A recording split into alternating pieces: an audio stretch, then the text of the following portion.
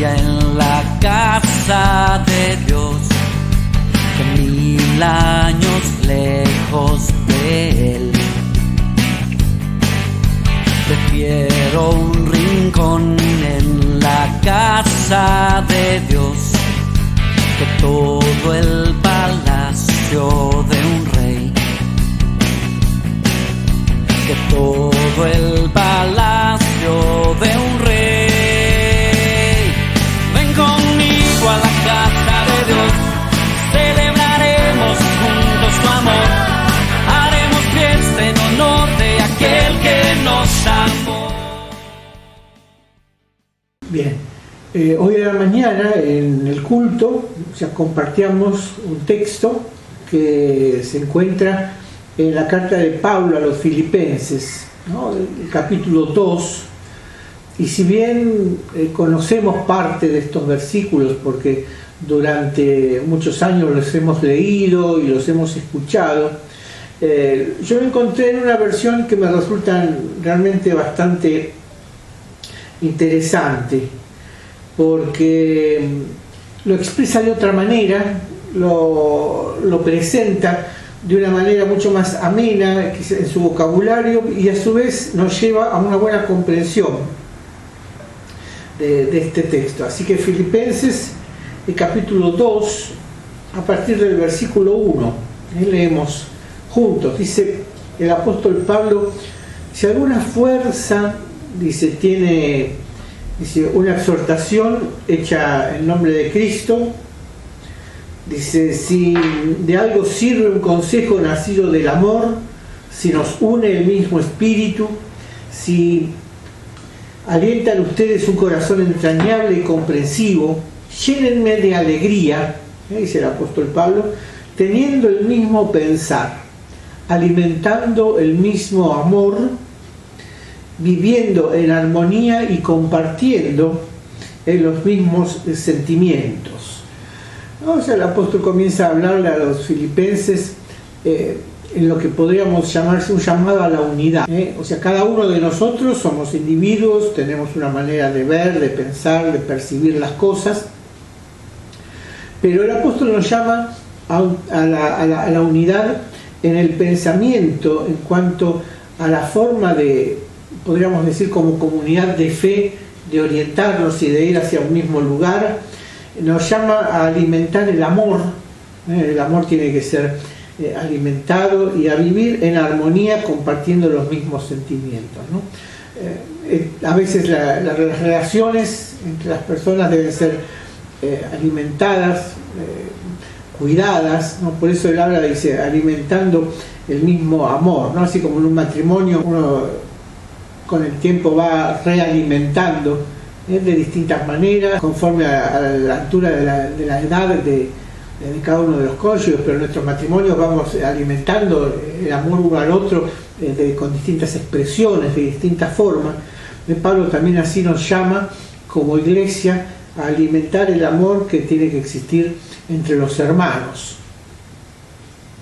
Y también nos habla de vivir en armonía compartiendo lo que sentimos, compartiendo como habíamos dicho, no solamente la misión, sino el hecho de poder trabajar en una comunidad terapéutica, una comunidad pacífica, que la iglesia sea un lugar donde las personas pueden realmente encontrar paz. Pero el apóstol nos está llamando en este tiempo, a través de esta carta, dice, a estar compartiendo, a vivir en armonía, que nada desentone, que nada salga fuera de los cánones, del marco de una buena convivencia. No, por eso dice, no hagan nada por egoísmo o vanagloria, al contrario, sean humildes y consideren que los demás son mejores que ustedes, ¿no? Son desafíos. Y uno dice, ¿por qué nos pide esto? Él dice, porque cada uno, dice, haciendo esto nos vamos a comportar como lo hizo Jesús. O sea que todo esto que Él nos está pidiendo, vivir con un corazón entrañable y compasivo, alimentar el amor, tener un mismo pensar, vivir en la armonía, compartir los sentimientos. Dice, esta fue la manera en que Jesús se comportó hacia ustedes, ¿no? Y lo comienza a explicar. porque él, estando en la condición divina, no quiso hacer de ello ostentación. Él podría haber dicho, bueno, miren, soy Dios hecho hombre, digo, acá se hace como yo digo y no hay otra vuelta, sino que no tomó eso como algo, dice, a lo que agarrarse, sino dice que se despojó de su grandeza, ¿no? Interesante. O sea, Jesús, que es el más grande, o podríamos decir, como dice un viejo himno acá que aprendíamos en la escuela, ¿no? El más grande entre los grandes, y en realidad este para nosotros es el Señor Jesucristo. Pero él dice, se despojó de esa grandeza y asumió la condición de un siervo, ¿no? Y a nosotros nos cuesta, quizás no somos grandes ni tenemos una grandeza, pero el apóstol nos llama y dice, tener en cuenta esta actitud que tuvo Jesús, ¿no? Y el otro día me mencionaba a mi esposa la frase de Juan el Bautista, ¿no? Que todos conocemos, es necesario que yo mengüe para que él crezca, es necesario que yo vaya siendo de alguna manera más chiquito para que el Señor se muestre más en mi vida, ¿no? Y algunos la toman al contrario, es necesario, dice, que Él mengue para que yo crezca, para que mi personalidad aflore, para que yo aparezca. Y sin embargo, el apóstol Pablo nos llama, dice, a tener presente la forma de actuar de Jesús, ¿no? Que Él, dice, aunque merecía, Él tenía derecho a todo esto. Su actitud voluntaria fue identificarse con cada uno de nosotros. Y la identificación con el otro es aquello que nos está solicitando, ¿no? Así como lo hizo Jesús. Y se hizo semejante a los humanos. Ayúdame a identificarme con el que sufre, con el que está solo. Gracias por todas las bendiciones que Dios nos da. Gracias por todo lo que tenemos. Gracias por todo lo que podemos hacer. Gracias por todo lo que podemos tener, pero también nos llama a identificarnos con el que no tiene, con el que no puede, con el que está sufriendo. Y porque hizo todo esto, se rebajó a sí mismo hasta morir por obediencia. Me gusta muchísimo como está esta frase, ¿no? O sea, porque remarca realmente el sacrificio de Jesús, ¿no? Morir por obediencia. Y quizás nosotros, bueno, no es lo que Dios nos pide físicamente, pero sí espiritualmente, sí interiormente, ¿no? O sea, Pablo decía, con Cristo estoy crucificado y ya no vivo yo, sino es Cristo quien vive en mí. Él se murió por obediencia, ¿no? Jesús decía, mi Padre hasta ahora trabaja y yo trabajo. Y cuando estaba en Getsemaní, él también decía en su oración, esa oración tan sentida, Padre, si es posible, pasar de mí esta situación, pero que no sea lo que yo quiero, sino lo que vos querés. O sea, la búsqueda de la voluntad de Dios, el sometimiento al Padre, a la voluntad divina, ¿no? Y Pablo nos llama a eso como hijos de Dios, como Él lo fue. O sea, Jesús es presentado en la Escritura como el primero entre muchos hermanos, como el hermano mayor, ¿no? Entre muchos hermanos. Y nos llama entonces también a esto, a vivir de esta manera, a presentarnos así todos y cada uno de nosotros. Dios le otorgó el más excelso de los nombres por haber hecho esto, dice, para que todos los seres caigan de rodillas ante el nombre de Jesús.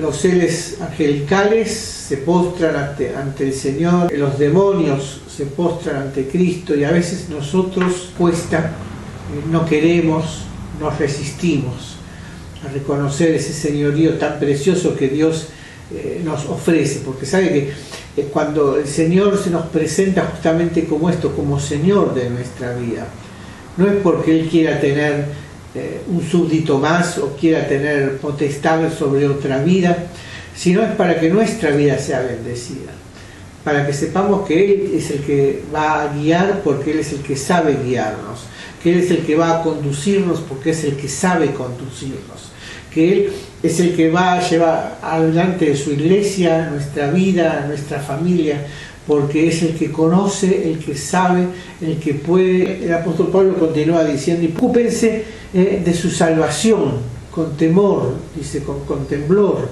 ¿no? Ocuparnos de en nuestra salvación. O sea, a ver, ¿qué podemos nosotros agregar a nuestra salvación? Bueno, espiritualmente nada, ¿no? O sea, Jesús hizo todo lo posible. Nosotros podemos perfeccionarla buscando una vida santa, buscando alejarnos del pecado, buscando no ceder a las tentaciones, buscando fortalecernos a través de su Espíritu. Y él, bueno, continúa en realidad después escribiendo, pero nosotros llegamos hasta acá. Dice, para que ustedes van a ser así, irreprochables y sencillos, serán hijos de Dios intachables en medio de gente depravada y perversa, y brillarán entre ellas como lumbreras que iluminan el mundo, ¿no? O sea, el Señor nos presenta acá, se nos presenta a nosotros mismos y dice, miren, si ustedes hacen esto, si ustedes se mueven de esta manera, van a ser hijos irreprochables y sencillos, hijos de Dios intachables en medio de gente depravada y perversa, y van a brillar, dice, como estrellas, como luces en el mundo.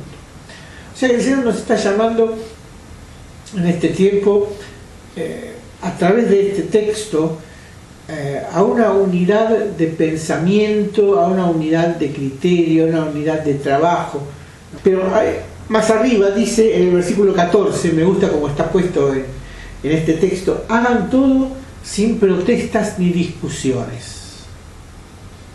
Hagan todo sin protestas ni discusiones. Y qué bueno, ¿no? Qué hermoso que sería que cada vez que en la iglesia nos toca hacer distintas cosas, podamos hacerlo sin quejas, sin protestas, sin discusiones. Así que les animo a que en este tiempo pensemos en estas cosas, ¿no? Y sea nuestra predisposición decir, Señor, bueno, ¿cómo puedo sumar? ¿Cómo puedo aportar? Y esta es una de las maneras, ¿no? O sea, conectándose, estando, pero principalmente orando, y recurriendo diariamente a la palabra de Dios, para que el Señor nos vaya hablando, para que el Señor, aún a esta altura de nuestra vida, también vaya corrigiéndonos, mostrando cosas nuevas y desafiándonos a las que vienen, porque vienen cosas muy lindas de parte de Él. Así que les animo a que tengamos en mente esto, ¿no? Ese sentir de Jesús, y en base a eso vivir, movernos, trabajar como congregación, pero también crecer y desarrollarnos como individuos, como matrimonios, como familias. Dame el sentir que hubo en Cristo.